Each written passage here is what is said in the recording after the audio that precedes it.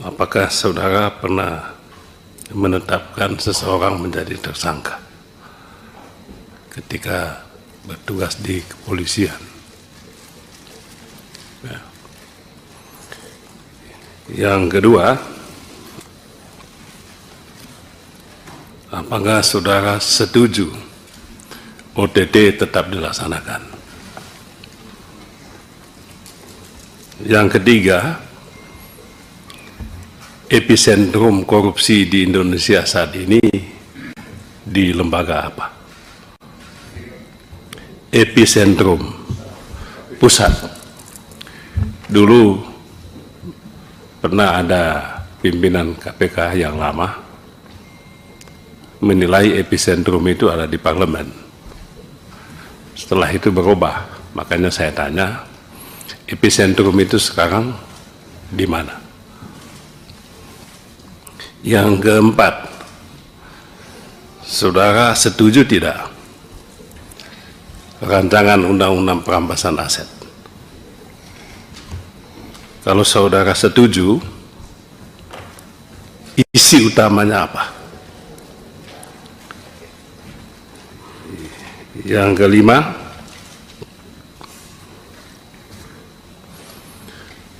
pimpinan KPK rawan sekali diintervensi oleh kekuasaan.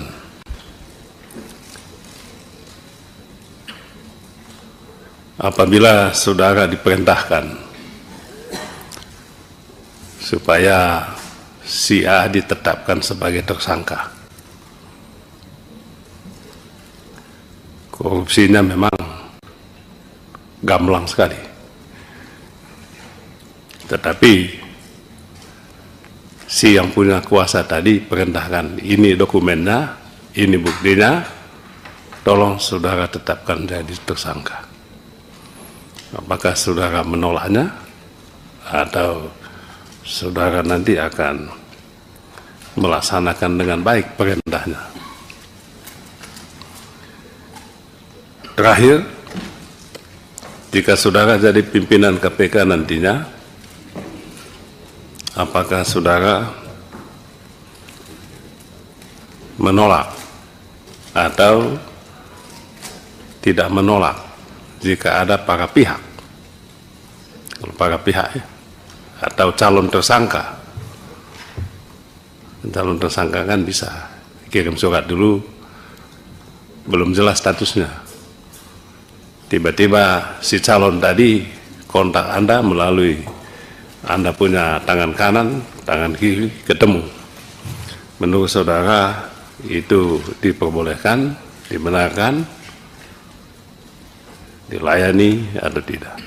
Itu saja pertanyaan saya, Pak Ketua. Terima kasih banyak. Terima kasih Pak BKH. Teman-teman, karena kan kita tadi mulai lebih awal daripada jadwal, maka kita ada bonus waktu cukup banyak ini, masih sampai jam 15. Kalau kita sepakati, kita berikan nanti Pak Setio ini 20 menit terakhir, ya kan ya. Jadi kita bisa dapat setidaknya setengah jam tambahan. Nah, kita putar lagi ya teman-teman ya. Iya, ada setengah jam lagi tambahan ya. Silakan teman-teman yang ingin bertanya, yang tadi belum ya, Pak Rikwanto dulu ya. Terima kasih Pak Ketua. Pak Setio Budi yang saya hormati, Pak Setio ini junior saya ini, cuma dia bintang 3 sekarang ya. Dulu pernah sama-sama, orangnya ya kreatif, banyak akal ya, makanya sampai posisi sekarang ini ya. Selamat Pak Setio ya, selamat jadi irjennya di Kementan ya.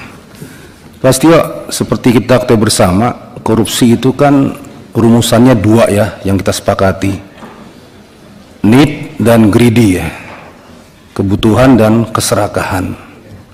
Saya tertarik dengan programnya, yaitu pencegahan, koordinasi dan lain-lain ya. Jadi pertanyaan saya itu sederhana saja. Untuk pencegahan itu dikatakan ada pendampingan. Seperti apa sih pendampingan itu ya? Kan Kementerian Lembaga ini banyak sekali. Apa di setiap proyek itu ditempatkan orang KPK di situ, atau lapor KPK atau lain-lain ya, supaya tidak ada sesuatu yang menggelincirkan mereka.